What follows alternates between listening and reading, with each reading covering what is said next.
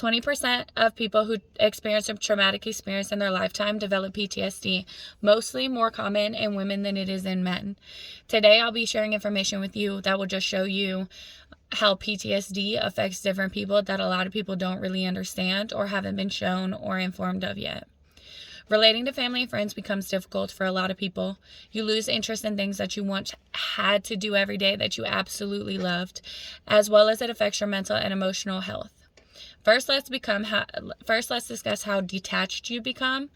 Relating in family and friends becomes so difficult. Problems with trust, closeness, communication, problem solving, all of those become a chore. A lot of trauma survivors can't separate what they need from somebody to what a family and friend needs from them. So being a family or friend who is supporting a trauma survivor or somebody with PTSD is a lot to handle, and it takes a really special person to stick by somebody and go through it with them.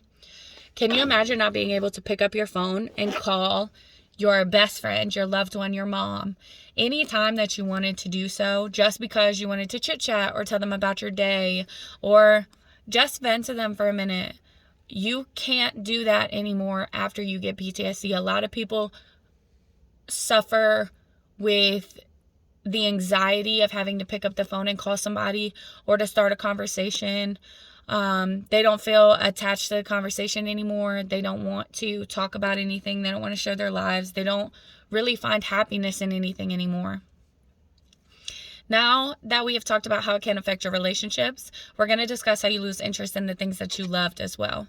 Another common issue is you lose interest in things that you once loved. For me personally, I absolutely love photography.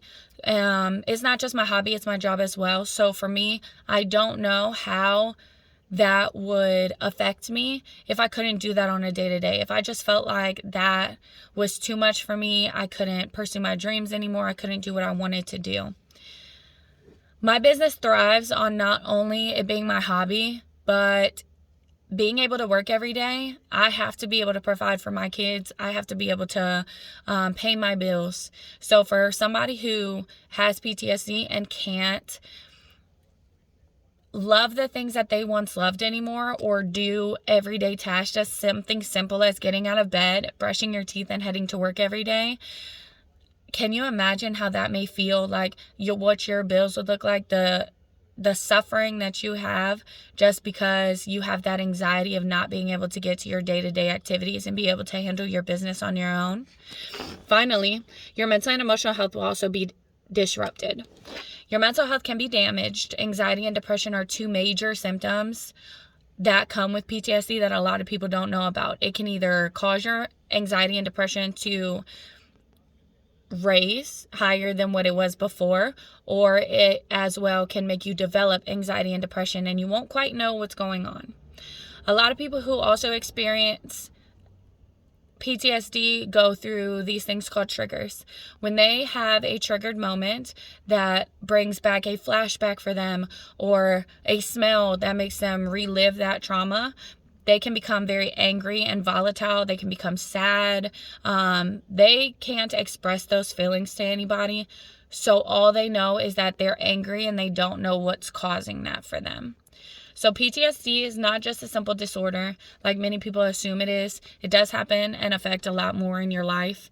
A lot of people that I have personally talked to do research for this speech here have shown me that they connect PTSD with military. When you go into the military, whether it's men or women, they automatically assume that when you say you have PTSD, you had to have gone overseas, you had to have been deployed, you were some sort of military personnel. And that's not all cases. It's just from any traumatic experience.